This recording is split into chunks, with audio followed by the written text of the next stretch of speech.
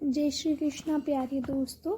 आज हम आरंभ करने जा रहे भगवद गीता का 18वां अध्याय। बोलिए राधे राधे। अर्जुन ने पूछा, हे मधुसूदन, संन्यास और त्याग के तत्व पृथक पृथक जानने की इच्छा करता हूँ। श्री भगवान ने कहा, कामना वाले कर्मों के त्याग को ज्ञानी लोग संन्यास मानते हैं और विवेकी पुरुष फलों के त्याग को त्याग कहते हैं। कोई पंडित दोषयुक्त जानकर कर्म को त्यागना उचित समझते हैं।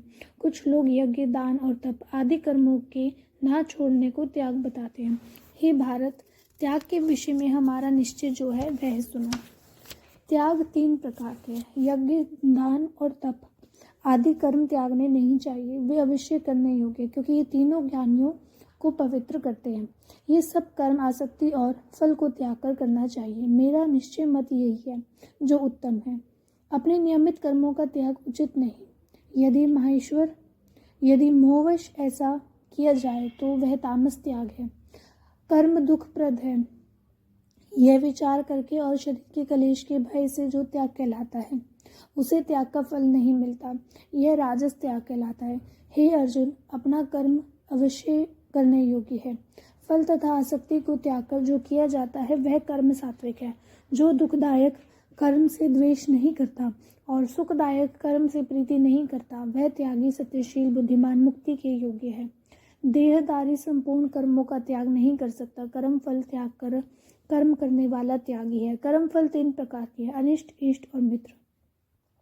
जो त्याग नहीं करते उनको ये मरने के पीछे मिलते हैं। हे योगियों को कभी नहीं मिलते।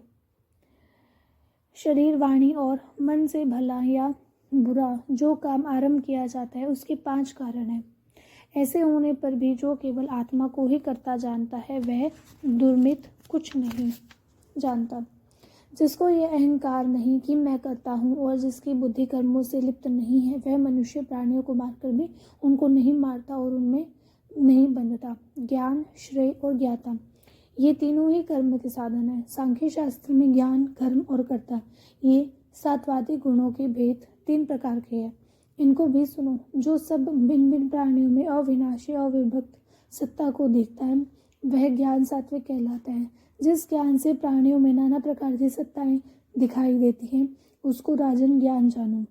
ऐसा ज्ञान जिसमें बिन कारण और तत्वार्थ के जाने एक ही कार्य में लगा रहे अल्प और तामस है।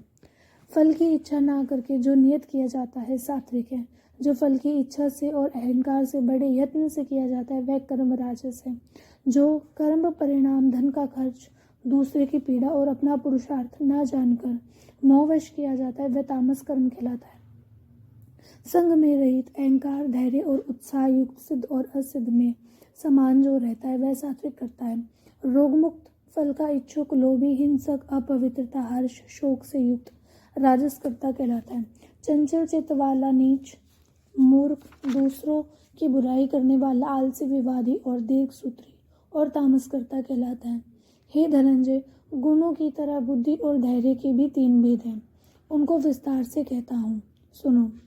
बुद्धि प्रवृत्ति, कर्तव्य, अकर्तव्य, भय और अभय का बंधन वह मोक्ष को जानता है, वह सात्विक ही है। हे पार्थ, जिससे धर्म और अधर्म, कर्तव्य और अकर्तव्य ठीक निश्चय नहीं होता वह राजसी बुद्धि है। हे पार्थ, जिस अज्ञान से ढकी बुद्धि करके मनुष्य अधर्म को धर्म मानता है वह तामसी है। हे पार्थ, एकाग्रचित होने से इधर उधर ना डिगने वाले, जिस स्थिति के द्वारा मन, प्राण और इंद्रियों की क्रिया ठीक चलती है वह सात्विक ही है।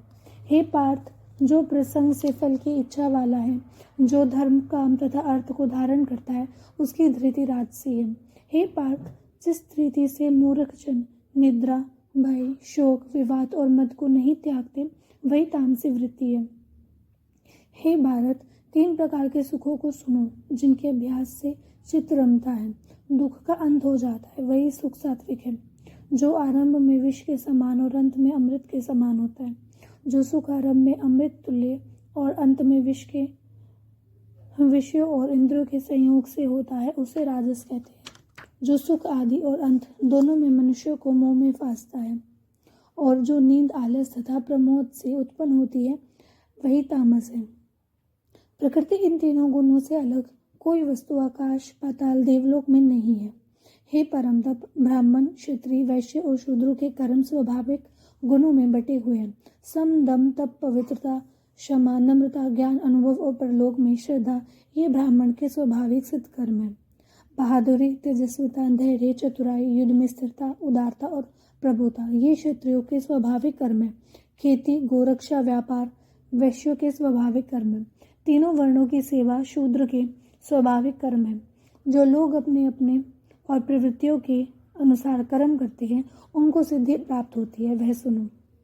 जिसमें सब प्राणियों की प्रवृत्ति हुई हो, जिसने सब जगत का विस्तार किया, उस ईश्वर को अपने कर्मों के द्वारा आराधना करके मनुष्य सिद्धि को पाता है। दूसरे उत्तम धर्म से अपना ही धर्म श्रेष्ठ है। स्वाभाविक कर्म करने से पाप नहीं लगता। हे कौन्ते, दोष युक्त भी स्वाभाविक धर्म का त्याग ना करे। सर्वत्र आसक्ति को छोड़ने वाला, आत्मा के जीतने वाला, इच्छा रहित मनुष्य संन्यास के द्वारा सर्व कर्म निवृत्ति पाकर सिद्धि को पाता है। हे अर्जुन, इस प्रकार का पुरुष सिद्धि को पाता है, वह फिर किस ब्रह्मा को प्राप्त होता है, सो मुझसे सुनो। यही इस ज्ञान की परानिष्ठा है। शुद्ध बुद्धि से मुक्त होकर धृति द्वारा मन को वश में लाकर शब्दादि विषयों को छोड़कर राग द्वेष से रहित एकांत में रहने वाला, मिताहारी, वाणी और मन को जीतने वाला, नित्य ध्यान युक्त और वैराग्यवान, अहंकार, बल, काम, क्रोध व परिग्रह छोड़कर ममताहीन और शांत मनुष्य ब्रह्म भाव के योग्य होता है। ब्रह्म को प्राप्त हुआ पुरुष प्रसन्नचित होकर शोक व अभिलाषा को नहीं करता और जीवन मात्र में समदर्शी होकर मुझ में परम भक्ति पाता है। इस प्रकार ज्ञानी मुझ में निवास करने वाला सदैव सब कर्मों को भी प्राप्त करता है। मेरे इस अनुग्रह से अविनाशी सनातन मोक्ष पद को प्राप्त होता है। वैसा ही ठीक जानता है। तदंतर तत्व से मुझको जानकर फिर मुझ में ही प्रवेश करता है। सावधानी से अपना मन मुझ में स्थिर कर और सब कर्मों को मुझ ही में अर्पण कर बुद्धि योग के आश्रम से निरंतर अपने चित्त को मुझ में लगा दें। मेरे में चित्त लगाकर मेरी कृपा से सब दुर्गम कष्टों से तर जाओगे। यदि अहंकार से मेरी बात सुनोगे तो नष्ट हो जाओगे। यदि अहंकार का आश्रय लेकर युद्ध नहीं करूँगा ऐसा मानते हो तो तुम्हारा निश्चय झूठा है, क्योंकि स्वभाव तुम्हें युद्ध में लगाएगा। हे कौन्ते, जिस कर्म को अब तुम मोह से करना नहीं चाहता वही अपने स्वाभाविक कर्म में बंधा हुआ बेबस होकर रहेगा। हे अर्जुन, प्राणियों के हृदय में स्थिर ईश्वर उनको माया से इस प्रकार भ्रमा रहा है मानो सब यंत्र पर चढ़े हैं। हे भारत, सब भावों से उसी की कृपा से परम शांति और मुक्ति को पाओगे। यह गूढ़ ज्ञान मैंने तुम्हें कहा, इसे भली बातें विचार कर जैसे चाहते हो वैसा करो। सबसे गूढ़ वचन को और सुन, क्योंकि तू मेरा परम मित्र है, इससे तेरे हित की कहूँगा। मेरे मन में लगाओ, मेरे भक्त हो, मेरा यज्ञ करो और मुझे ही नमस्कार करो। इस प्रकार मुझे पाओगे, यह मैं सत्य प्रतिज्ञा करता हूँ, क्योंकि तुम मेरे मित्र हो। सब धर्मों को छोड़कर केवल मेरी शरण में आओ, मैं तुम्हें सब पापों से छुड़ा दूंगा। सोच ना करो, यह मेरा रहस्य ऐसे पुरुष से जो मेरा तप ना करता हो, मेरा भक्त ना हो, सेवक ना हो और मेरा निंदक हो, कभी न कहना चाहिए। जो इस परम गुप्त ज्ञान को और मेरे भक्तों में प्रकट करेगा वह मेरी परम भक्ति को पाकर अंत में निश्चय ही मुझ में लीन हो जाएगा। इससे अधिक मेरे लिए प्यारा काम करने वाला मनुष्यों में दूसरा कोई नहीं होगा और सब उससे बढ़कर मुझे कोई प्यारा भी नहीं होगा। हमारे इस धर्म संवाद को जो कोई पढ़ेगा मैं समझूंगा कि उसने ज्ञान यज्ञ से मेरी पूजा की। जो श्रद्धावान पुरुष दोष ढूंढे बिना इसको सुनेगा वह भी मुक्त होकर पुण्यात्मा को मिलने वाले शोभ लोकों को प्राप्त होगा। हे पार्थ, तुमने एकाग्रचित से इस मेरे कहे हुए उपदेश को सुना या नहीं? अर्जुन, तुम्हारे अज्ञान से उत्पन्न हुआ मोह नष्ट हो गया या नहीं? अर्जुन ने कहा, हे भगवान, आपकी कृपा से मेरा मोह नष्ट हो गया और समृद्धि प्राप्त। निस्संदेह आपकी आज्ञा में स्थित हूँ और जैसा आपने कहा है वैसा ही करूँगा। संजय कहते हैं, हे धृतराष्ट्र, मैंने व्यास जी की कृपा से साक्षात योगेश्वर श्री कृष्ण जी के मुख से इस परम संवाद को सुना। हे राजन, श्री कृष्ण और अर्जुन के अद्भुत पुण्य कारक संवाद को स्मरण करके मैं बारंबार प्रसन्न होता हूँ। श्री कृष्ण भगवान के उस अद्भुत रूप को स्मरण करके मुझे बड़ा ही विस्मय होता है। हे राजन, मेरी ऐसी धारणा है कि जहाँ योगेश्वर श्री कृष्ण ही है और जहाँ पार्थ धनुषधारी है वही राजलक्ष्मी, विजय, ऐश्वर्य और अटल नीति है। बोलिए राधे राधे।